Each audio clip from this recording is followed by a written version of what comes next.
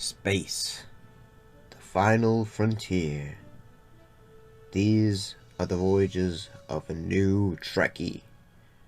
My 5-year mission to search out Star Trek media, to seek out our fans and merchandise, to boldly go where no fan has gone before.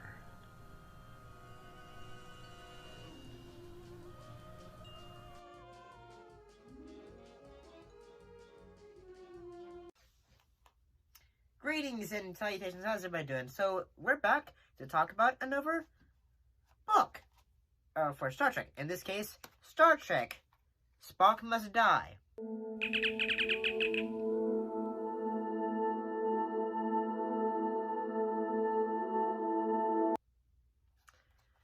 So, I'm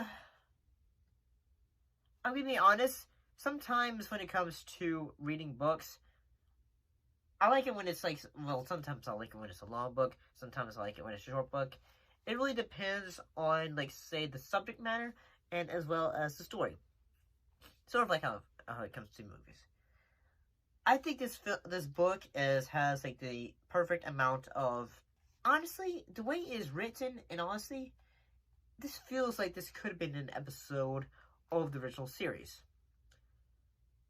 And the reason why I say that is because it does a lot of callbacks to, like, the show. And it feels like, say, yeah, the show did that. So, I think the writer, James Blish, has something going on. So what was the story about?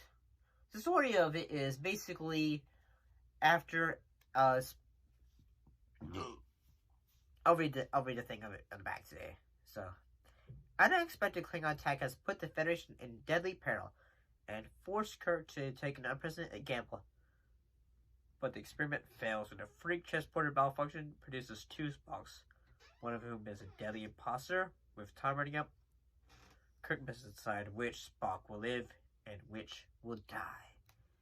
Honestly, that's a great, honestly, the story is actually pretty good. Honestly, it's interesting.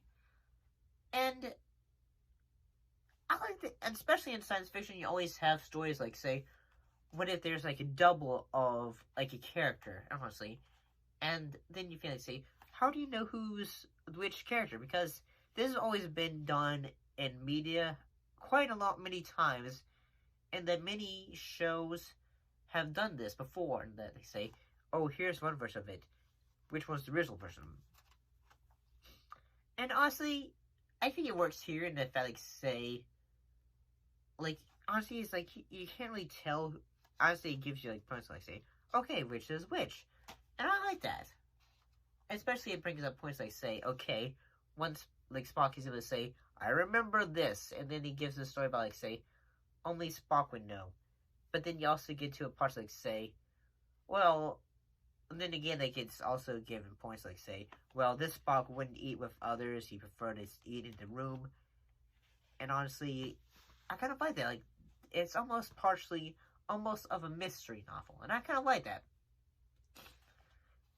So, it has two enemy, like, say, main aliens in it. The Organians, and the Klingons. And, honestly, I gotta say, how many, this is a pretty short novel. There's only 118 pages. So it's not like it's like a long one.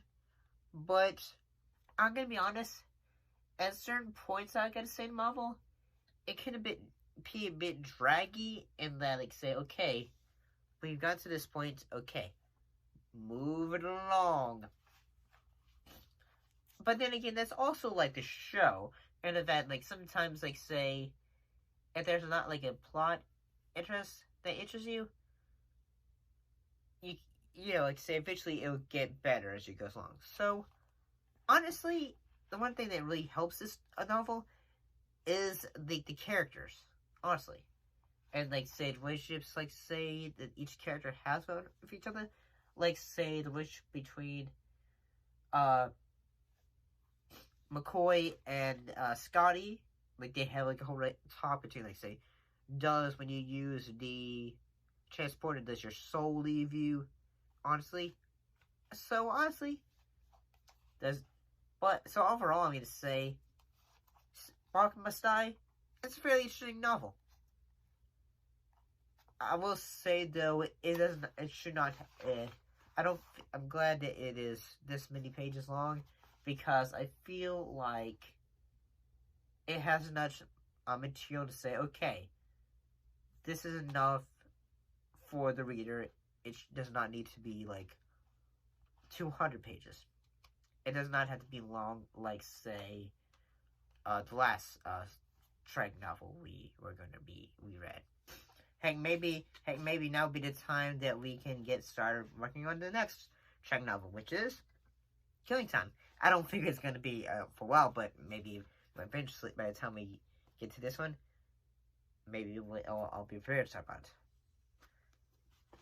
But what do you guys think of the novel? What do y'all think of the Star Trek novel, Spock Must Die?